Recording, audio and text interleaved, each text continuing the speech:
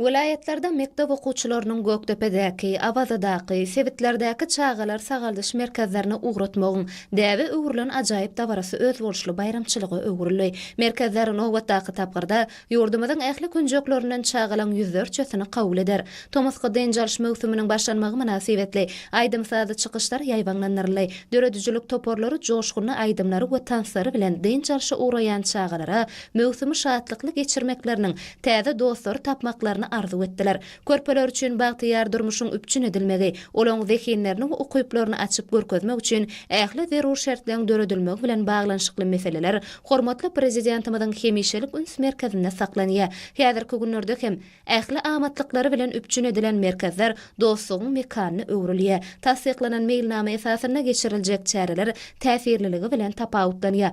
Aşgabatyň günorta künjegindäki, Köpetdagyň gözel ýerlerindäki we Hazaryň kenaryndaky Abada mille seyahatçylyk zorlugynaky şeýle hem ýurdumyzyň ähli sevitlerinäki çağalar sagaldyş merkezlerine işler talabalaýyk alınıp barylýar. Çağalan gowny jaý denjalmaklary we wagtlaryny peýdaly geçirmekleri üçin niýetlenen merkezler ösüp barýan ýaş nesliň sazlaşykly terbiýelenmegine möhüm orny eýleýär. Bu ýerde köp sanly oýunlaryň, sport bäsleşikliň, çeperçilik sergileň, köp uguşgunly festiwaller ýaly dürli medeni çäreleň geçirilmegi asylly däze öwrüldi. Çünki çağalan bagtyýar durmuşy, olary degişli derejede bilim terbiýe bermek jemgyýetimiziň we döwletimiziň ösüşiniň möhüm ugry bolup durýar.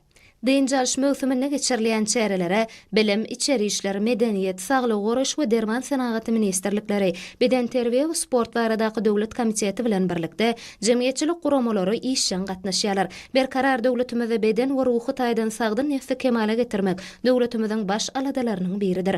Muň üçin Türkmenistany gahrman arkadağymyzyň başlangyjynyň, arkadagyly gahrman serdarymyzyň üstünlikli dowam etmegi bilen ýaşajyk iýleşlememiziň münasip bilim we terbiýe almagy, beden terbiýe, sport, aýdymsaz, edebi çeper döredüjülük bilen meşgullanmagy hemde köp ugurlar boýunça zehinlerini ösürmäge mümkinçiligi eýe bolmak üçin ähli işler edilýär. Döwletimiz ösüp gelýän Türkmenistanyň tomuska denjalş döwrüni şadyan hemde peýdaly geçirmegi, denjalmagy we saglyklaryny berkitmek üçin hem alad edýär.